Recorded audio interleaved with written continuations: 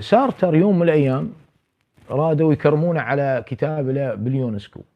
راح يكرمونه، يعني يكرمون على كتاب له يقدمه في اليونسكو. طبعا من هي عشيقته؟ طبعا ما العشيقة اللي هي خدنه بالمصطلح الشرعي الإسلامي. خدنه هي سيمون، تعرفونها بعد، المؤسسة الفكر النسوي، خلينا نقول بسم الله، أو نقول اللعب الروحي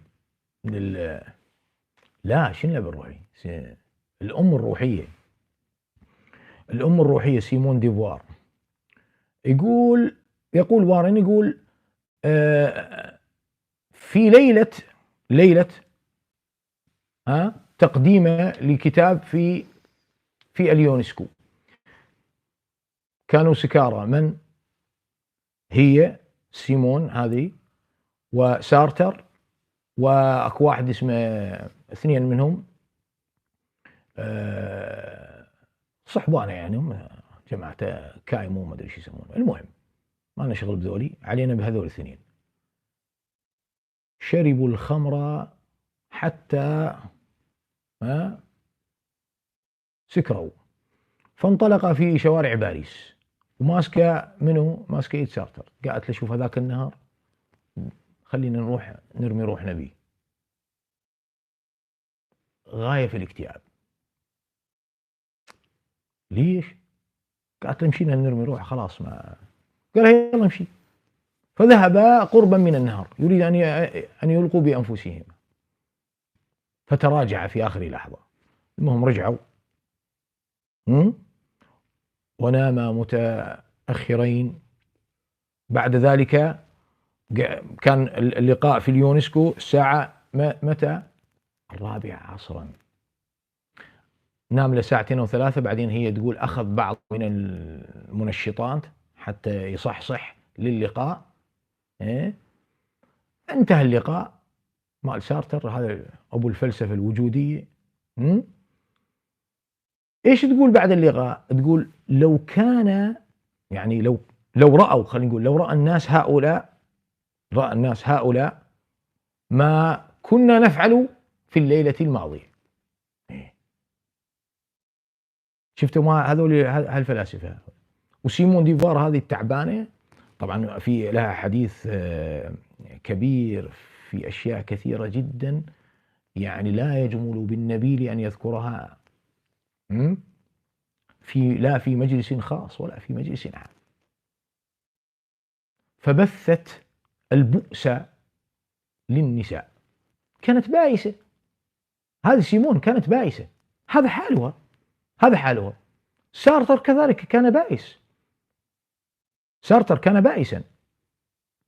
ما أريد كما قلت لكم، هناك أشياء لا تذكر لا في مجلس خاص ولا في مجلس عام، يترفع الحر عن ذكرها. ما استطعنا أن نذكره الآن، ذكرناه، لكن هناك أشياء ما تستطيع أن تذكرها، مثل سارتر بلاوي عنده سودة. طبعا كان متعلقا بأمه، إشكالية لجته، كان متعلق بأمه جدا. والمهم فكتب فلسفة الوجودية، كان بائسا. الشاهد يا أحبتي، الله يحفظكم ويرعاكم، هناك أمور كثيرة، فرويد وربع فرويد شو اسمه هذاك واحد يسمونه ميشيل فوكو، هذاك كان أيضا بائسا. أظن مات من شو اسمه، من كملوها الكلمة، قطع شو اسمه أوردته بموس فمات. وهذا كاتب فلسفي كبير. جيب لكم بعد كلام عن اينشتاين. هذول هم من يعني عنده عقدة نقص اتجاههم. بالله عليكم، هذه أحوالهم يا إخوتي، لا أخلاقيات، ولا نفعهم ذكاء، ولا نفعتهم الحكمة التي كانوا يكتبونها، يقولون الحكمة أخذها من أفواه الفلاسفة. إيش الحكمة بيه؟ والله ما لا في حكمة ولا شيء. الحكمة إن لم تكن من القرآن والسنة فلا خير فيها، ما تريدها الحكمة، ما تريدها. بل أن لبيد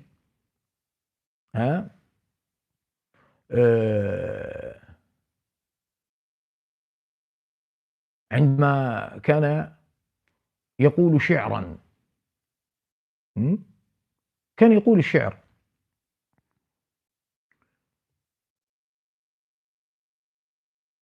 عمر رضي الله تعالى عنه ماذا قال له؟ قال: قل لنا من الشعر. هو شاعر من شعراء المعلقات. قل لنا شعرا. قال: منذ أن عرفت البقرة وآل عمران فلن أقول شيئا، ما أقول شيء. أنا منذ عرفت البقرة وآل عمران فلن أقول شيئا. لماذا أنا قرأت عن شيئا عن هؤلاء قديما؟ لأن رأيت من أرحامي من يقول: الفلاسفة ولو قرأ الفلاسفة لضعت ولا مدري إيش. طيب خلينا نشوف إيش يضيع ما يضيع. إيش تنظر إليهم؟ ما في عندهم لا تضيع ولا شيء، إنما مجرد هالة وضعت في رأسك، لا أكثر ولا أقل. هالة، وهذا معروف في علم النفس، ما يسمى الإيحاء. هالة وضعت في رأسك عن شيء وأنت لا تعرفه، فتضخم هذا الأمر، ضخم هذا الأمر جدا. ولكن عندما تنزل إلى واقعه تنظر أنه لا شيء، لا شيء. حتى ترجع إلى فلاسفة اليونان، هذول ضايعين كذلك، لأنهم لم يعرفوا الغاية من وجودهم. يعني ما يسمى احنا نقول عنه لم يجيبوا عن الأسئلة الوجودية، لم يجيبوا عن الأسئلة الوجودية، فهو محتار. من ضمنها نيتشه عنده إشكالية مع ما يسمى بمعضلة الشر. معضلة الشر عنده إشكالية فيها، فهم ما فاهمين لماذا وجود الشر في هذه الدنيا، ما فاهمين هذا الأمر. لما؟ المسلم الحمد لله رب العالمين يقول: لحكمة الله سبحانه وتعالى، يؤمن بأن الله حكيم، فإن نزل بك شر لحكمة الله سبحانه وتعالى. هم ما يريدون يعترفون بهذا الأمر، من يقول لا، حكمة الله سبحانه وتعالى حكيم. فنزول القضاء والقدر عليك بأي شيء كان لحكمة الله سبحانه وتعالى فيك، فهو الحكيم، ولا اعتراض على حكمه. وما يجوز لك أن تعترض على حكم الله سبحانه وتعالى. لماذا؟ لأنه حكيم. فبعضهم يعترض على قضاء الله وقدره فيحل به ما يحل. خليني أضرب لكم مثال عملي وأختم به. لو فرضنا أنا مثال عملي حتى كل واحد يقيس على نفسه.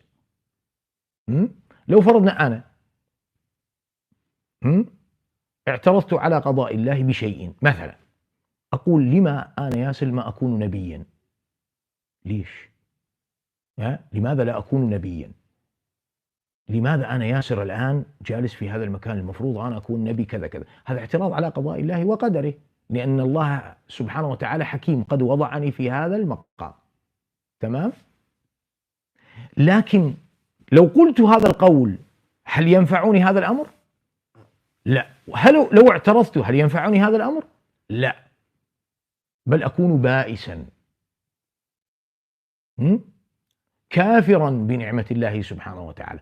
لكن ما الموقف الشرعي في ذلك؟ هو أني أقول أن الله وضعني في هذا المقام وأنظر إلى من هو دوني بالنعم، لا تكبرا ولا تنقصا، لا، إنما لأحمد الله سبحانه وتعالى على نعمه.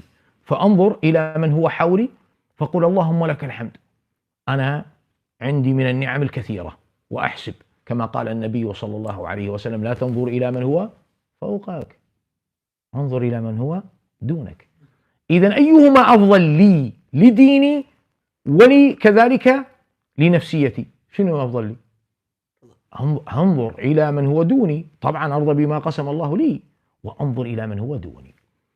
النسويات سيمون ديفوار ما قبلوا هذا الأمر، قالوا لا. بينما ترى بالمناسبة يعني سيمون هي تتكلم تقول لا لازم أنت تقول للنساء تحطين راسك براس الرجل إلى آخره. هي كانت خاضعة لسارتر، يعني خاضعة لسارتر خضوع مو طبيعي. المهم قصته طويلة. لكن أنتم الكلام اللي يذكره الفيلسوف غير عن الواقع ماله. فتأتي مثلا المرأة تقول لا، الله سبحانه وتعالى قد أعطاني مثلا كذا كذا، ما تقبل، لا تريد أن تتمنى ما لم يفضل الله سبحانه وتعالى عليها بنعمة. تقول لك لا، المفروض أنا أكون في مكان كذا وكذا. فأنت يا أخي الله يحفظك ويرعاك ويبارك فيك، لا تجعل ذكاءك بؤسا عليك. أنت تقول والله أنا ذكي المفروض أن أكون كذا، لا، أحمد الله سبحانه وتعالى على ما أنعم عليك، وارضى بما قسم لك، واحسن الظن بالله سبحانه وتعالى، توفق.